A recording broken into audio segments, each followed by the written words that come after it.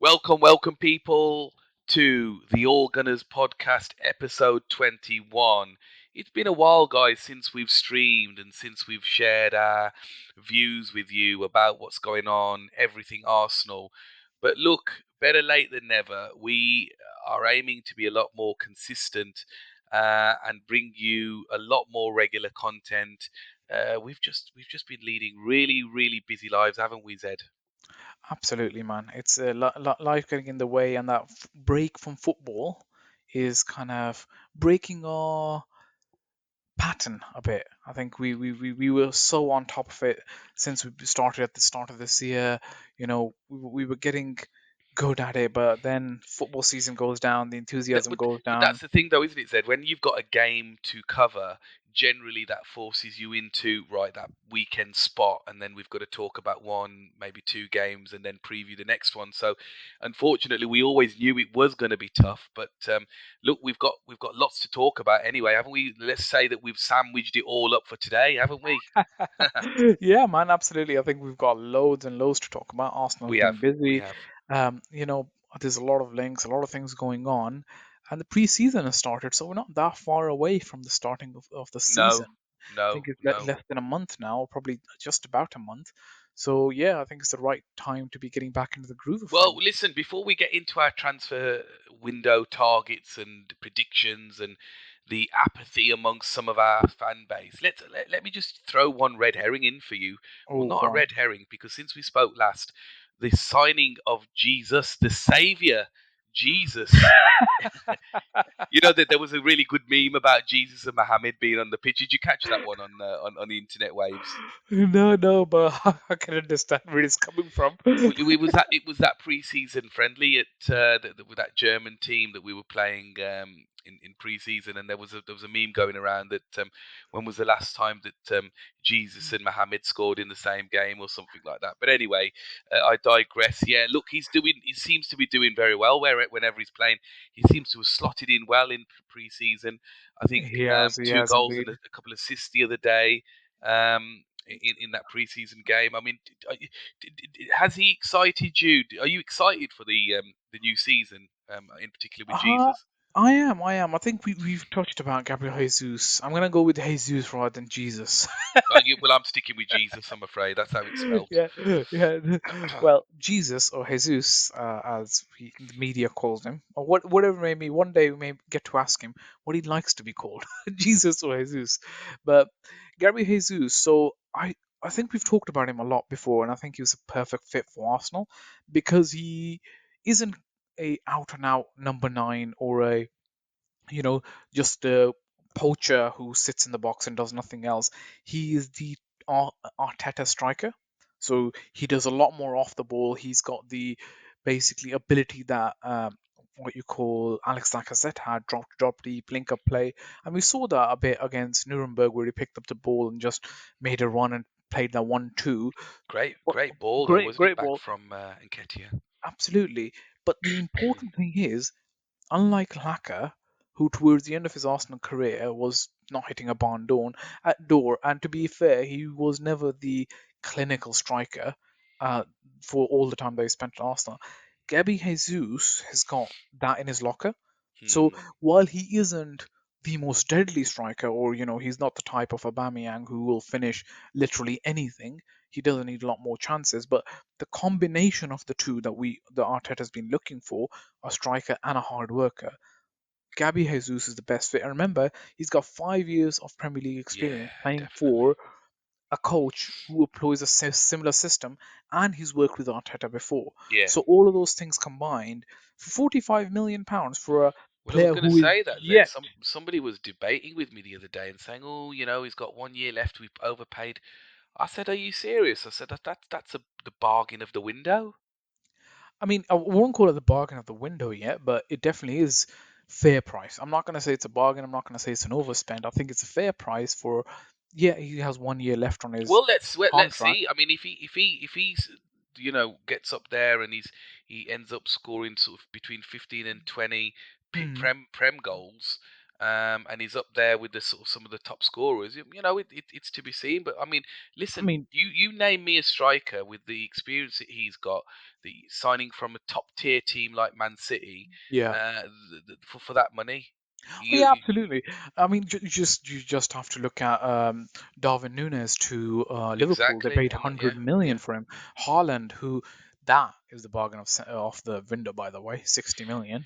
But that's because he had a clause in, He's a close. a release clause. I mean, if they'd be paying over 100 million for him Oh, if easy. without that. It'll be looking at near enough 200, but Yeah. I still have my worries about Haaland. I think he's still very injury prone, and he will get injured throughout the season unless Man City's doctors and the fitness coaches have gone up to him and said, "Bro, Yeah, fix your I mean, shit I'm up." in agreement with you there. I don't think Haaland is gonna hit it in the Prem as everybody thinks he will.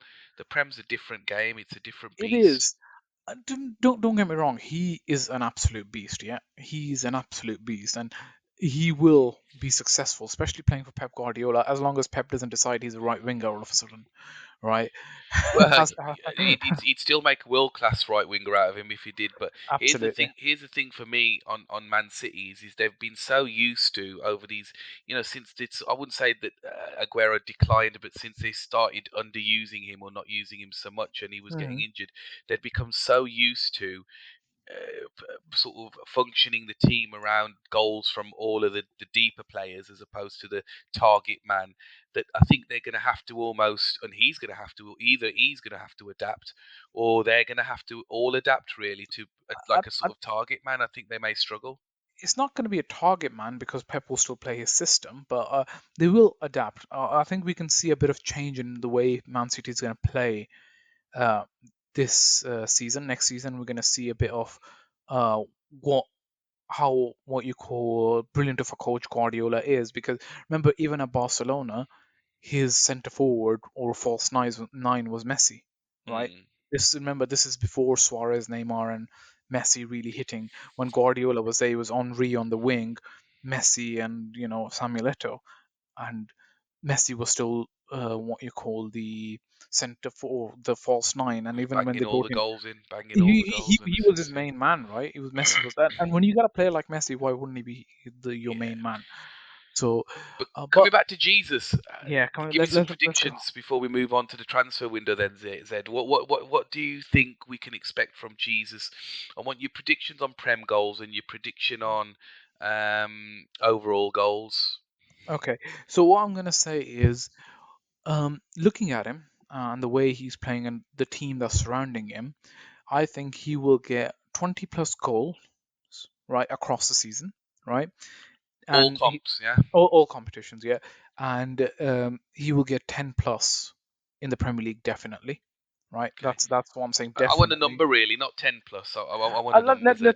I think he'll be between, let's say, 10 to 15 in the Okay, Premier that's League, fair. Yeah, I right? think I'd Between probably agree with you. Yeah. that's the range. All comps 20 plus definitely, and goal involvements I will say 25 plus. So Yeah, yeah. he'll get assists. This guy and will and definitely get I'll, assists. and if he does that, I will still push my view that that was the bargain of the window, because that Mm, for a first season in a new team would be magnificent. And I'm in agreement with you exactly with those numbers. I think we're talking about 20 across all comps, yeah. because I can't see him really being used too much in the European competition No, and no, the sort of cup that's competitions. That's going to Eddie's be got that Nketiah's unlocked. role. Yeah, I Yeah. think I think I think that's where Nketiah sort of comes in. So it's finely balanced there. So yeah, I think he'll be your main striker in your Prem team.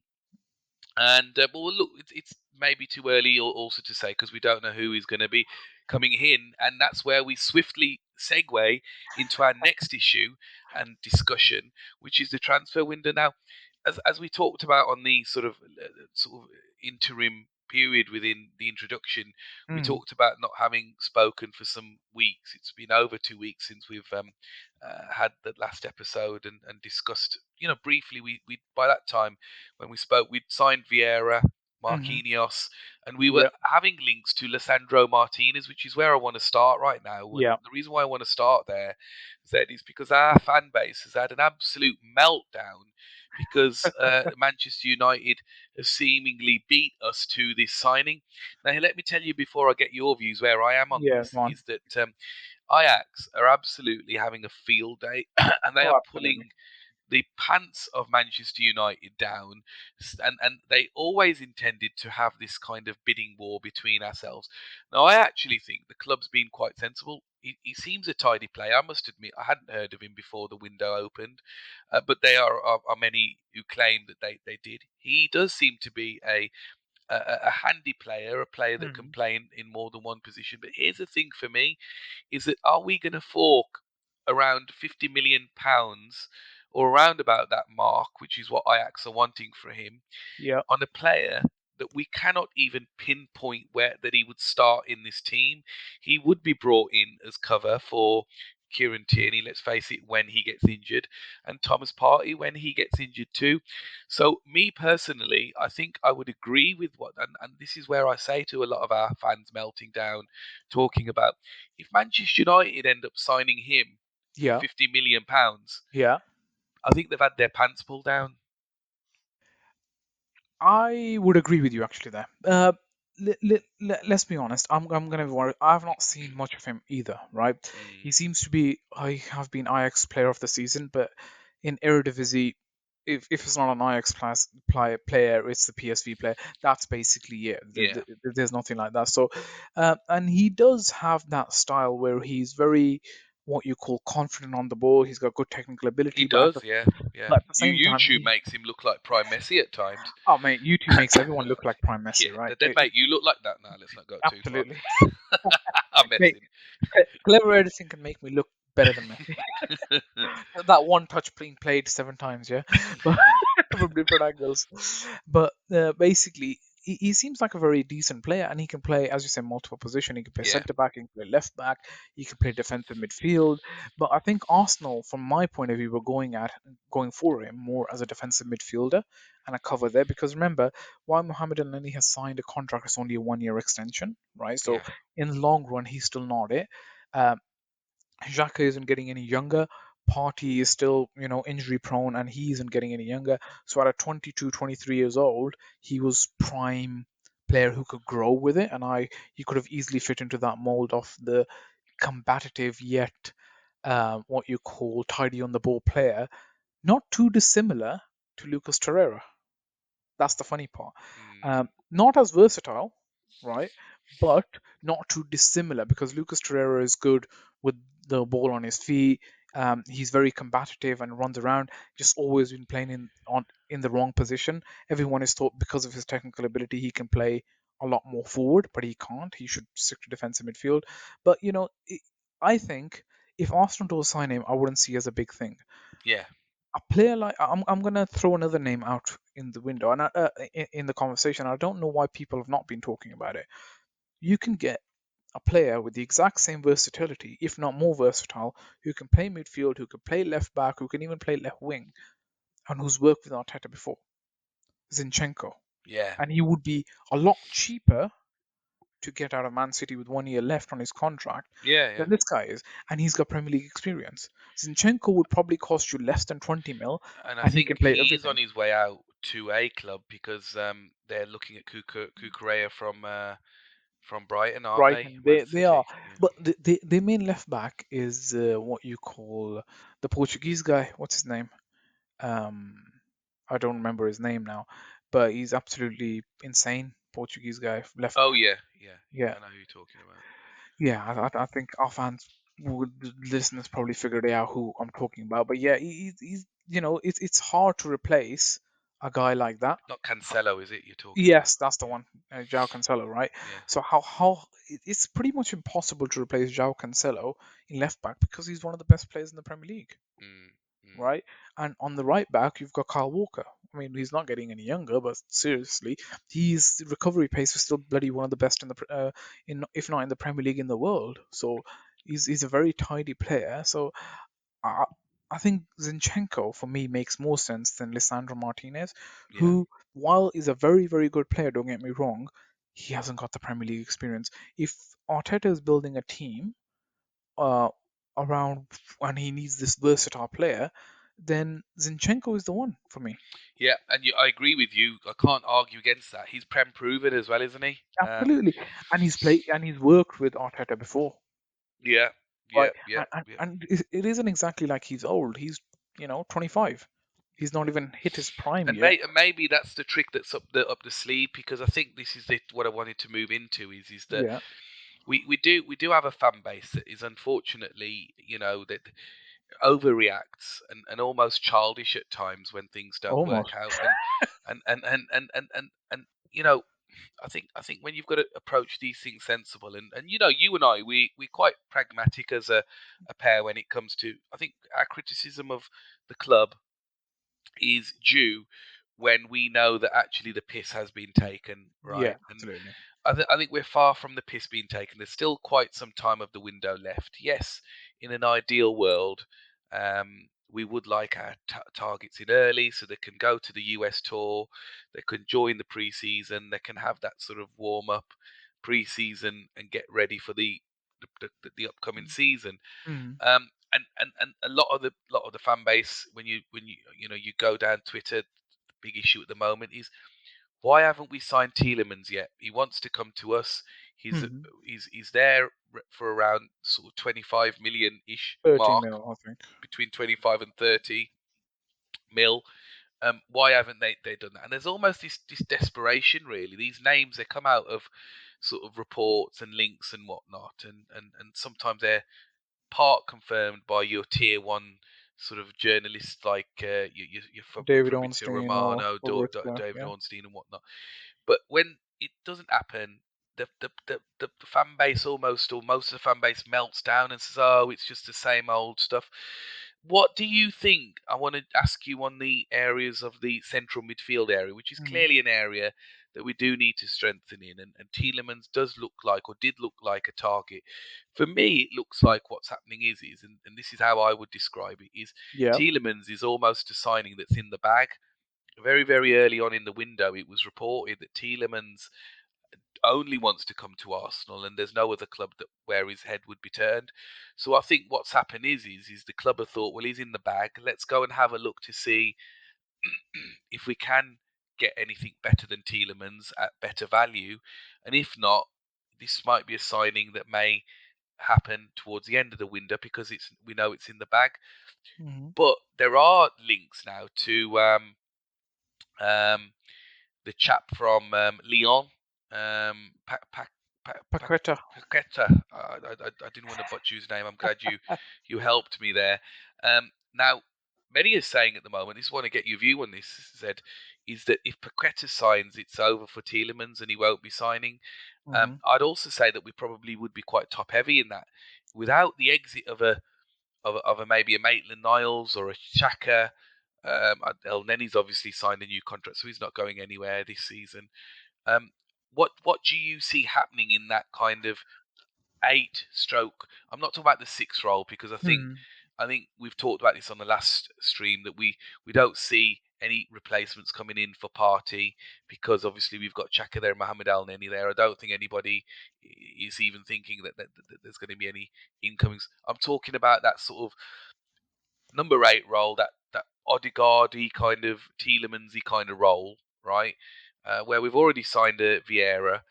Yeah. What do you, that seems to be the key area at the moment. Do you think that there'll be some movement in and out there?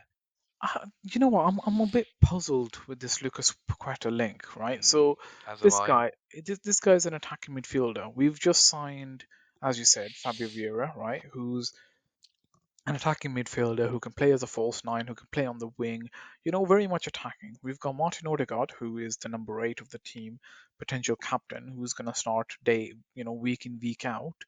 And at the base of it, you've got Xhaka, Elneny, and Partey, right? Partey we know is injury prone. Xhaka is known to be red card prone, Yeah, right? Though he has, been a bit more reasonable lately. But what you've got is links with another attacking midfielder, which I'm very, very confused about. It just seems like any Brazilian player that, Edu's ever talked to has been like, okay, this is it. And it's a bit confusing for me because while I understand depth is necessary, right?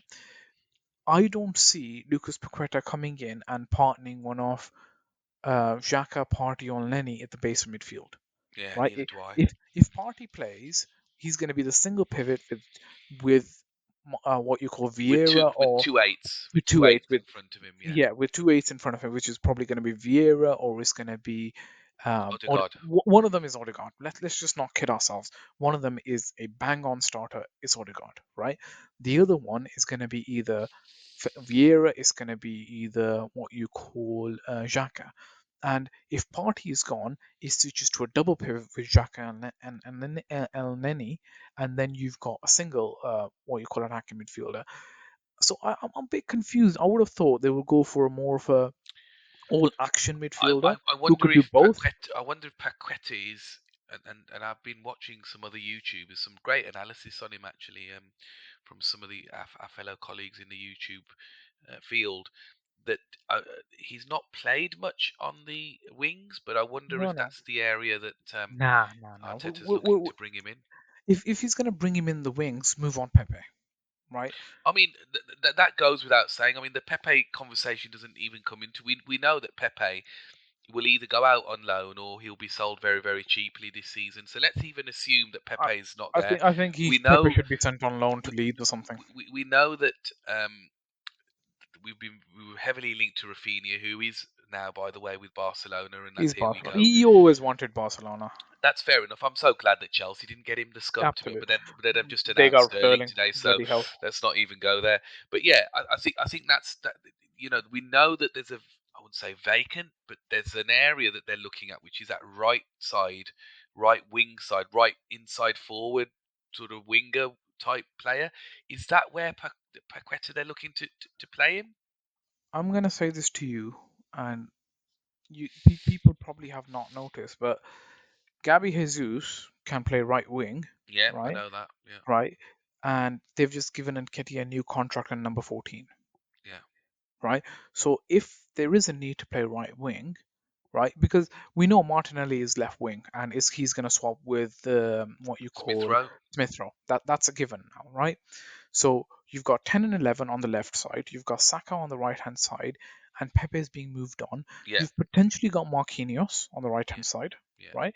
But I wouldn't really count him as Not yet. No, we not yet, haven't seen right? enough of him to Yeah. say that. So Yeah, Nelson's gone. Pepe is most likely. For me, the best bit of business would be sending Pepe out on, offering him to Leeds and say, take him on loan for a year, and then when he smashes it over there, yeah, just work out a deal for him.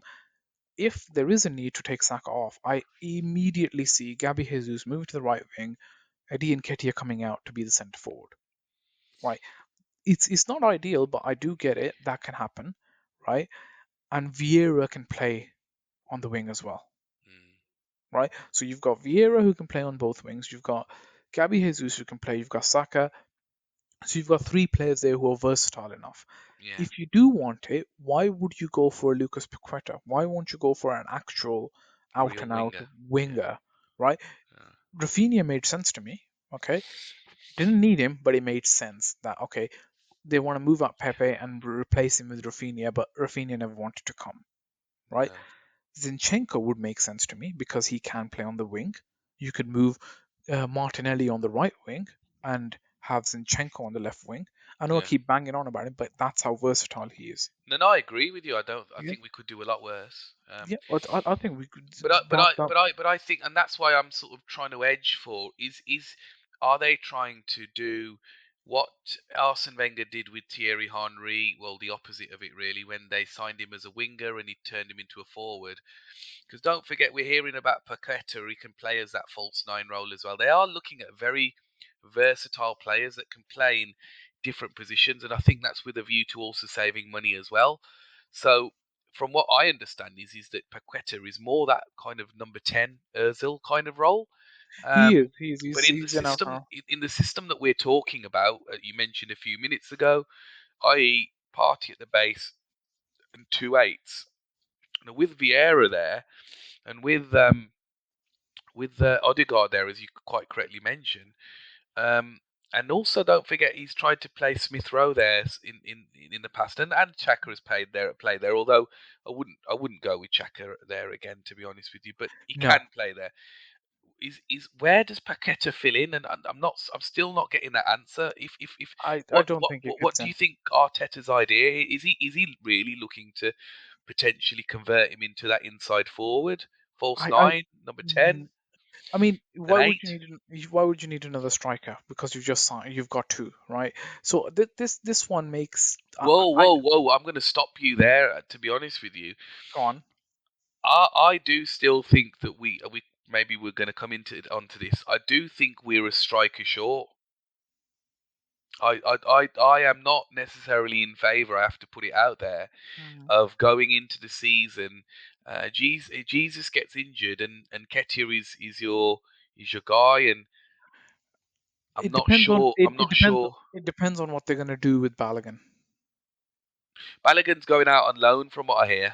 If he's going out on loan, then I would agree because I thought they were probably going to try to breed him into the first team, like they did with not Saka, and give him the third striker role. So when we've got a lot of the teams to play in the Europa League that are from the fifth tier or something, Yeah, why wouldn't you just start Balogun? yeah. I mean, is he ready yet? Maybe he isn't. Well, I mean, he didn't have the best of time on loan, right? But you've got Marquinhos. I would have thought Marquinhos, Balogun. If you're not going to bleed them into the team now, when are you going to do it, Yeah. right? So, but I do get it. Crunch time comes, you probably can't. But if that's the case, why would you go for an attacking midfielder and not, a Plan B striker, which is your Well, this is 6 foot what plus? this is what I was going to say. You see, I mean, I Waghorst, the chap from Burnley, they got relegated. He's gone. He's gone. And I always thought, why wouldn't he come to Arsenal? You know, Of course, he would. I don't think uh, Arsenal were looking at it. no, If but that's what I'm saying is somebody, and there's oh gosh, there's a chap. Oh, where is he? He used to play for Celtic, and then I think did he move to Leon? What's his well, name? Dembele, Dembele, yeah. He's available for I think 16, 17 million. he's available for quite cheap. He's There's also available quite there's cheap. He's a good finisher. He would sit on the bench at Arsenal. He'd get game time, to be honest with you. If he's going, Arteta's going for that Man City model. Look, I know he thinks a lot of Nketiah, and so do I. I've been impressed with him since sort of watching him towards. He can score in the Premier League. There's no doubt about it. But is he enough, Zed, for to rest your laurels on? I think if you're not gonna give him a chance now, then you're never gonna give him a chance, right? Yeah, If by the end of the season it doesn't work, it doesn't work. But I think I we would talk. much rather, Zed, play him in the Europa League. I've He always will. talked about He this on, will. on, on, on the streams previously, is that you have a Europa League team and you have a Premier League team. Do you know what I mean? And I would rather like to see him starting week in, week out in the Europa League team, right? But I still think we're as strong. But anyway, we've digressed a little bit. Let's bring it Yeah, back yeah. to the subject. So, okay, so we're confused. I think it's fair to say we don't Yeah. know I don't if know. there's any truth in these links to which they do seem very warm. I must say these seem very warm, but a few days ago, and I'm saying last week, there was some features on some of the main YouTube channels, Arsenal fan channels, that there's a secret signing in the making, and Hmm. Edu is working. And then there was some links to Ray Parler, who allegedly had seen Edu, who apparently has told him the two names that Arsenal are working on signing at the moment and very close. Now that's going back, I think, early last week, and we haven't heard anything since. What I want to bring to you is, Zed, and discuss this with you is: are we going a little bit mad here, right? In terms of having, I'm not saying that I'm showing this, but a lot of our fans are, in terms of being. See, a lot of my Arsenal peers in other groups are saying, "Has what's wrong with you? What's you're all so smooth about it. The club is shit. The club is this. They're always going to do this. They're going to let us down." And I'm saying, Zed, and tell me if I'm mad here. Chill your beans, guys. Right? What I think this window is really looking like is there's going to be a lot of smoke screens, right? So Hmm. some of the obvious targets, some of the stuff where, so for example, Jesus wasn't one of them. I think we were kind of already knew I think everyone knew Jesus that was done Jesus like was going to months and come months and the ago. links were strong enough. But I think tell me if I'm going mad here, Zed, that Jesus is going to be probably, if not Jesus, but Tielemans if we Mhm. do sign Tielemans. Those two, move them out of the way for a minute, yeah? But every other signing we're going to make is probably going to be somebody that we wouldn't have thought of and that is going to be dealt with in the same manner and secrecy as how Vieira was revealed. Didn't hear anything for the whole window. We were accused of being very, very quiet. Bang, Vieira comes out of the woodwork, Mhm. signed, sealed. Next day, it's all done. Right? I think that we need to chill our beans a little bit because I think that a lot of our transfer dealings, whether we make, I think we're going to probably make two more major signings. Right? Two more. I think we're going to make two more. Yes. Right? And I think they're going to be two signings that nobody's probably going to um, Know about. know about, but it's going to excite us, right? So, I mean, it could be a Gnabry, for example, right? Nah. I'm not saying it will be Gnabry. I'm saying that I, it wouldn't surprise me if they were working on a deal of some such velocity that then comes out. And I'm not saying that I won't criticise the club. I'm very open to criticising, but I want to wait till the end of the window before I criticise and Hmm. lose my marbles, right? What's your view on that? Do you think that the criticism mounted towards the club at the moment is fair, Zed, or do you sort of side with me a little bit and think actually there's a little bit more to go on this window? Okay, so I'm gonna say I agree with you in parts. Okay. It's always in parts, isn't it, with you? Flipping it's, hell. it's, it's never a clear cut answer for me, but always No. technicalities. But uh, the part that I What agree with, part do you agree with then, Zed? Tell me. I think one part I do agree with, which is the fact that Arsenal and Edu and probably Arteta are working on a couple more signing. That part I do agree with, right? I think we've heard obviously Lucas Paqueta. There's also news about they put up a 55 million pound bid for Milinkovic Savic, which came out of nowhere, right? There's links with N'Golo Conte. There's links with Memphis Depay. There's a lot of chatter out there, and about 90% of that is bullshit, as we always know, Yeah. right? So we know 90% of it is bullshit, but in between that, probably like Vieri, there's going to be one more signing. I wouldn't be surprised if Tielemans gets closed towards the end of the window, just like you. So I agree with you on that part. So just last minute, they haven't found, they don't sign Savage, they don't, well, what you call, sign anyone else or Paqueta. They say, Tielemans, you're the guy. Fine, fair enough. Leicester has 30 mil. We get this guy. Yeah. Long term contract, and this is it. So I think that's the case, but I also think there's some truth in that 10%. There is some truth to those signings. So while one of them may surprise us, I think the other one's going to be pretty obvious, like Jesus was. It may be Zinchenko, it may be another left back like Alex Grimaldo. So it could be any of those, right? In terms of the fan base, I think the reason why the fan base, and this is me trying to understand where they're coming from and why they're scared and why they are always saying the club is shit. Yes, some of them are just, losing the marbles for no reason, as that's what, you know, football's an emotional support, and that's what happens when you don't see your club spend 300 million and, sign every single player on the planet Earth, right? But it doesn't just come from nowhere. It stems from 40 million pound and £1. It stems from Higuain nearly happening. It stems from Messi nearly happening. It stems from Lamar's 90 million per bid.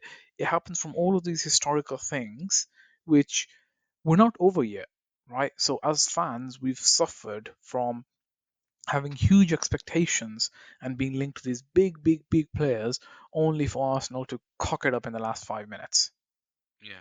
right? Yeah. So I understand some of the fans who are losing the Yeah. The marbles and history saying, doesn't always paint the best, does it? Absolutely not. No, absolutely not. Right? No. History makes it a bit more difficult to trust.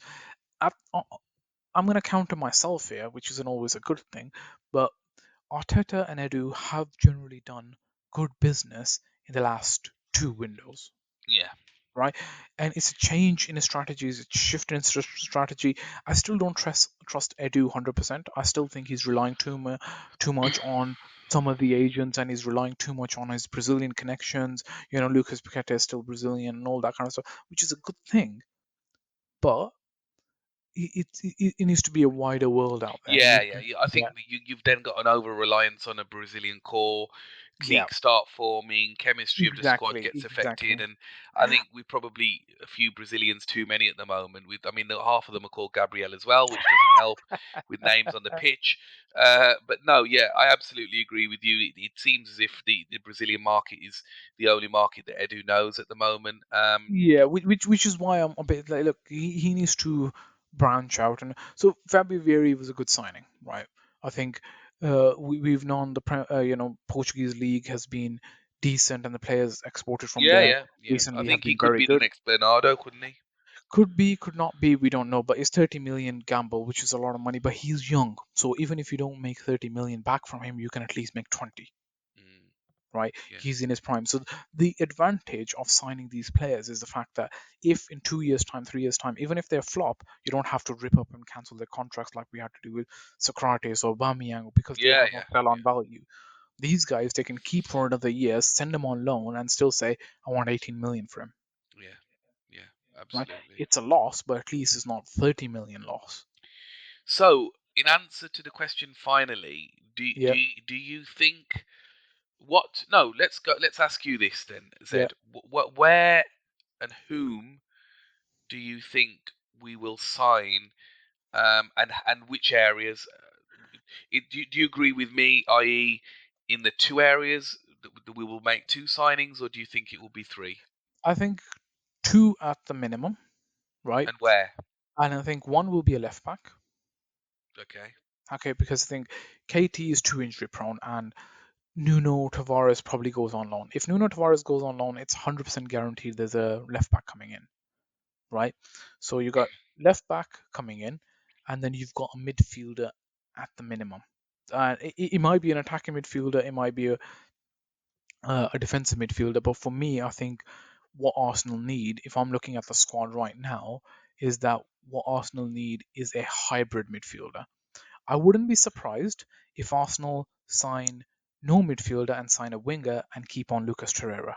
Mm, I actually wouldn't be surprised because news today is that Arteta, Lucas Torreira's representative had agreed to move to Villarreal, but Arteta pulled the plug saying, no, I want him on the tour to mm, US.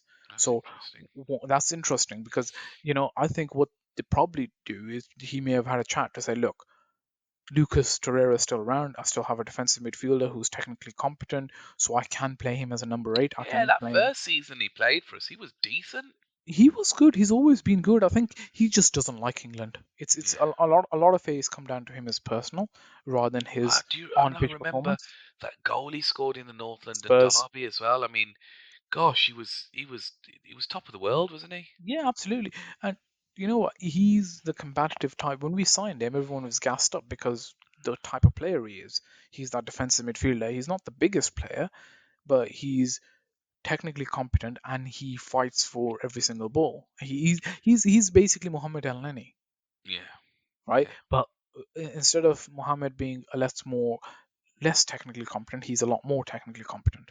yeah, and So he's a bit quicker as well, isn't he? he's A bit more. quicker. He's got more technical strengths than Mohamed has, whereas Mohamed has got a lot more Do you think that we will end up keeping Torreira and investing heavily in the wing in the position wing. and the Yeah, left back? yeah, Okay, yeah. okay, I think. that's plausible. It's possible. Um, what do you think we should be doing? Do you agree with that strategy? Um, I don't 100% agree with it. I think Lucas Torreira doesn't really want to be here. I think the mentality matters, right? Unless Arteta is going to work his magic like he's done with Nketiah, like he's done with, probably Saliba. I wouldn't be surprised um, if he does something radical and keeps him and Mm, convinces him to stay. Uh, I would say three players minimum. If I'm to have my way, I would say three players minimum. One all action midfielder. So when we were linked to Sergei Milinkovic-Savic, I was like, okay, that's a great good player. player, Yeah. great player, probably the best midfielder in Italy. I think someone called him right Mm, because he can attack, he can defend, he can do everything. yeah. right? So that kind of a player I would love to have. So you have Partey who's defensive, you have Odegaard who can press but is more focused on Tielemans creativity. can't do that. I mean, Tielemans gets back as well. I mean, Tielemans' numbers as defensive is not that good. I think. I Yeah, think but they're not too bad as well. I mean, he cuts play off and starts play again, and that he he's does. very forward looking. He's very forward looking. Yeah, But uh, it is the advantage that he has experience of the Premier League, yeah. and he's stupidly young still. He's not S- exactly Yeah, yeah. you know, So just to get back, so you're talking about a winger, an all winger, action midfielder, yeah, and a and a left back, third and a left back. Okay, and a left back. okay. I think where I would differ slightly is I think I would love. I'm not saying this guy, but Hmm. I would love a Giroud on the bench. Yeah, Yeah, somebody that you know is clinical. You know you can whip the ball in, and he connects to his head, and it's going to be in the back of the net. yeah. And I have no issue with us at the end of the window just keeping the eye open for that kind of player who is maybe at the towards twilight of their career or able to be brought in cheaply, from a relegated team, like Weghorst that I mentioned earlier. I Mhm. think we're a striker. I don't think we're a striker short. I think we're a different type of striker short. Plan B. Plan B. We're Plan B short. I think Yes, all of the players are all similar, very similar. similar, There's right? there's not much difference, although there's a class difference. But the same type of strikers, Jesus, and And Ketia. the same kind of movement, same kind of profile, um, same kind of height as well. I think, to be fair, do you know what I mean? I'd Hmm. love a 6'3" pole of a striker, somebody who's just going to come in those last few minutes of a game and score you the winner. You know what I mean? And on a cheap contract, and I think we're a striker short there. Um, Who do you think? I think have you got uh any preference? Who do you think could come in? I think that Dembele that I mentioned earlier, to be honest with you, he's not bad in the Dembele air isn't. either. No, he's not. But he's not exactly a Plan B. He's quite similar to what we have already. He's better in the air than what we have. Oh yeah, but I mean, if Everton were relegated, I would definitely go for Dominic Calvert-Lewin. But Yeah, they aren't. something like that. But then Dominic Calvert-Lewin is not gonna. He's not He gonna. doesn't want to come in He's to not be a gonna Plan B. come and sit under the bench, is he? Do you know what I mean? I mean, you'd have to give me to the next stream really to think about the name. I mean, I really like that Weghorst because he was not only a beast in the box, but actually he was quite technically gifted with the build-up. I watched quite a bit of Burnley last season, and he seemed a tidy player. What about that chap from Southampton on loan from Chelsea, Broja. Broja? Nah, Chelsea will never sell him. He's too No, young. He's too valuable. They've just moved on Lukaku. yeah, It's not something you want. What about Smaka? He's they the want one too they much for him, don't they? they do, Um, but he's that 23-year-old yeah, but Arsenal are not going seven. to outlay 50 million euros on him. No way, not happening. But yeah, he would be perfect for me. Yeah, I think for if I was to have it, obviously he's young and he's thing, but he's gonna end up going to West Ham, right? It looks like it. Yeah, Yeah, they've yeah, got a bit of money as well. West Ham have, so why not? yeah. Um, I would have preferred him to be fair. yeah. Smile. So yeah, let me give some thought to that for the next stream. I'll give you the name of who I think we should sign as that sort of Plan B striker. I like how you've coined that one. I can't disagree with the left back. I think we Hmm. need cover for KT, and I'd be sending Tuarez out on loan absolutely. Um, and there are options. There are many options out there at the moment for that. Um, and I think I've always said, even from the January window, that okay, I'm kind of happy with the cover for Party when he gets injured. Mm. Although I probably would have preferred to move one of Basuma, um, Chaka out for Basuma maybe, and have them competing for that place. But it is what it is. Um, but He's in North London, mate. but we're He in is the in wrong North colours. London. Yeah, he's not far. He's in the wrong colours, absolutely. But yeah, I think we need a midfielder there, and Milinkovic Savic would have fit the bill absolutely for me. Would have been the right profile. But I would be very happy with Tielemans. I've been impressed with what I've seen. To be honest with you, I think Yeah, I think when you look at balance, um, uh, I like I'd like the look of Tielemans ahead of Tielemans and Odegaard ahead of um, party. Party. Yeah, I think that looks really good, really Hmm. attacking. And then It, obviously it, it's very attacking. It's absolutely stupidly attacking. While Odegaard does push back, I think it's it's Tielemans exciting. is It's it's exciting. exciting. Yeah, Yeah. it's exciting. But I think if you look at Tielemans, he is so forward looking. This guy is versus midfielders. He is always just the guy he's gonna look forward. Yeah, but he shoots from outside of the box, which I nobody at mean, Arsenal does. what Xhaka used to do, he still Come does it on, against one a Man U. season, one a season. Yeah, Against Man U, so it counts. yeah, Okay, don't get me wrong. One season against Manchester United absolutely counts. I don't care. yeah. But yeah, Tielemans, and then finally, I'd say, uh, if I'm honest with you, I think it's more than two or three we need. I'd want to get rid of Cedric and have some proper cover for. Hector Um, Bellerin. well, no, I mean, I bet Bellerin's clearly on his way out. I'd want some cover at right back, and then obviously, I think I'm really happy that Saliba's back. I know we haven't mentioned him at all, but I'm really happy that Saliba's back. But I I'm think sure we probably. Danny will be happy Oh, with your Danny's mentioning. loving it. Yeah, I mean, Danny finds a chance to moan at anything really, and he's at the moment he's moaning about why he hasn't been given a number, and he's visiting the club shop every day, and he apparently hasn't got a number in the club shop. But I'm Oh sure. yeah, I think the conspiracy there is they want to give him number two when Bellerin moves on. Well, that's what we're trying to tell him, but he's clearly not accepting of that yet. I'm sure he's still in his theories. His conspiracies are that they're likely to sell Saliba, but no. I mean, I've watched that little bit of a training video of Saliba. He looks a beast. I'm excited to see Saliba. Absolutely, mate. I You know really am. what? I actually, it's a bit of a segue, and I know you want to finish, but I would love it. I would absolutely love it if next season Mikel Arteta decides I'm going to convert either Ben White or William Saliba into my defensive midfielder, because we know Ben White can play there, Mm, and we yeah, know Saliba has the quality to play there, and yeah. I that would can't be I can't see insane. that happening. I know. Zed. But yeah, sorry, I was going to say left-sided centre back. I think is what Arteta likes in terms of balance. Yeah, yeah. And yeah, I mean, coming back to the issue right at the beginning in terms of looking at Lizandro Martinez, he probably would have been too short to play at centre back in the Premier League. If I'm honest with you, he's I not a think tall guy. he's not Brilliant at tall left guy. back. He would have reminded me of a prime Silvino. Do you remember Silvino from back in the Yeah, day, yeah, the yeah. Wenger days? But I'm not sure if he would have made it at centre back. But that's my bit anyway. Let's move on, Zed, to our final discussion of the day, and let's Yeah, let's just do this within a few minutes. But the sad go news on. about Jack Wilshere retiring.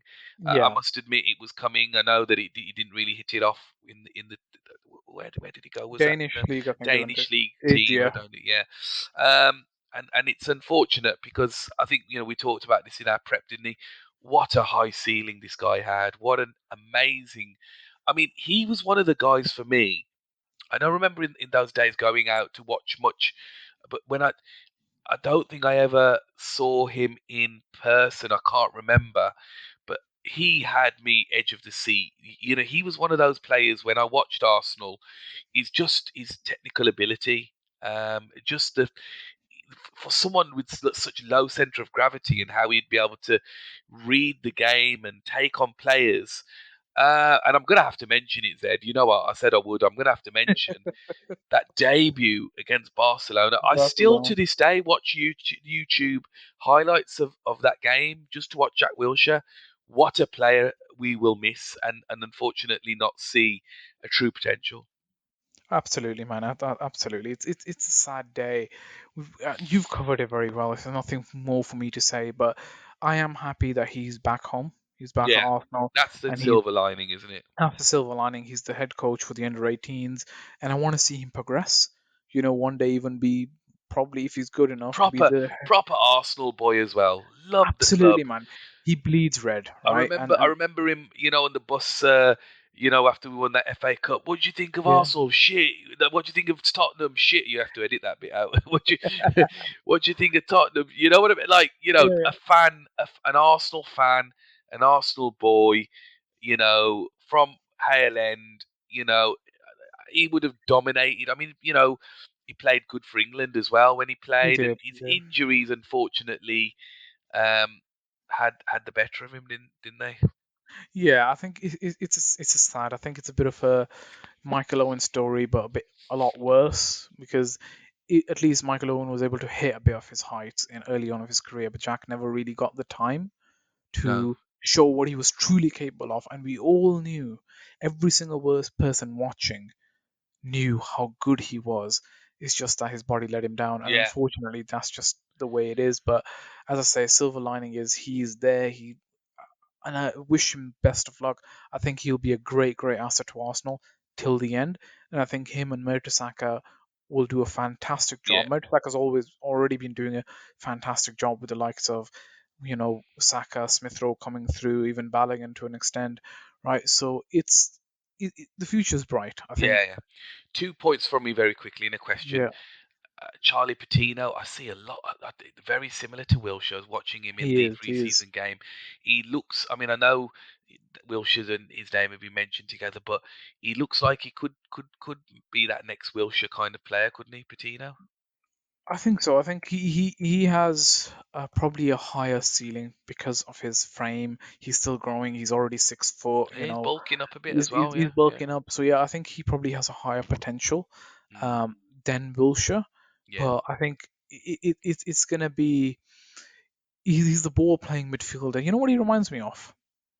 His oh, style is a bit more like Santi Cazorla, yeah, yeah. right? What a player! And that is a big, big compliment, right?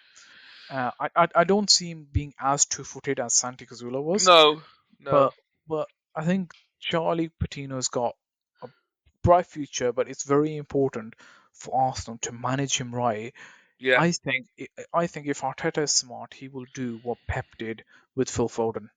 yeah. Bleed him in slowly, get him training, and just Well, let's hope we see a lot more of Patino, yeah, in absolutely. coming games, and obviously we've got Europa League and Cup games this season coming up, and hopefully he can have a good run in those games. Final question on Wilshire.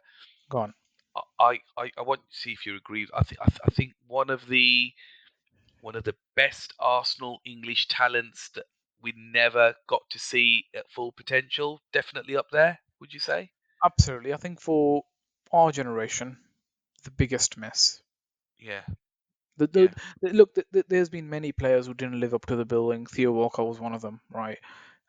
He had talent as well, but Wilshire, it wasn't his talent, it wasn't his commitment, it wasn't anything in his control, yeah. right? It wasn't his confidence, it was nothing. It's physically His his body. body that Yeah, let him down, yeah, and yeah. it's by no fault of his own. And he's had No. to suffer through a lot of pain, not just physically but mentally. But he still stood strong, so that's something Yeah, yeah, that's to be respected. yeah, yeah, yeah. No. Yeah, Okay, brilliant. Thank you, Zed. It's been an enjoyable pod. Listeners, absolutely. in the next few weeks, months, Zed and I are going to be planning to be bringing you the new season with maybe a bit of camera action and showing you our ugly mugs. Oh man. And we want to do something different every sort of chapter through these streams and podcasts. And what we want to do is eventually become more interactive and reach out to you, the fans, the listeners, a lot more than we have been. So look out for that in the next few months. Please support us and continue to listen to us and comment on our podcasts as well. Zed, where can we find you on the old Twitter space? You can find me at Z_TAGP, which stands for the Organist Podcast. Reach out, yeah. Love to have Brilliant. a And discussion with Arsenal fans. yeah, yeah, exactly. And anybody, as always, wants to come on, we will. I think let's try and get a guest on for our next pod. Someone do like Danny AFC TV or Graham. Hmm. Let's. I think it's time we bring some external forces in to really challenge on the transfer window. A lot of it to Yeah. go. You can find me guys on at Harry Carnu, and that's on Twitter. Listen, guys, it's been amazing. Lovely talking to you all. We look forward to hearing your comments and your views on this podcast. Zed, final words. No, mate, I just want to say thank you everyone for listening. Hope you've enjoyed it and let us know how we're getting on. Peace out, guys. Peace.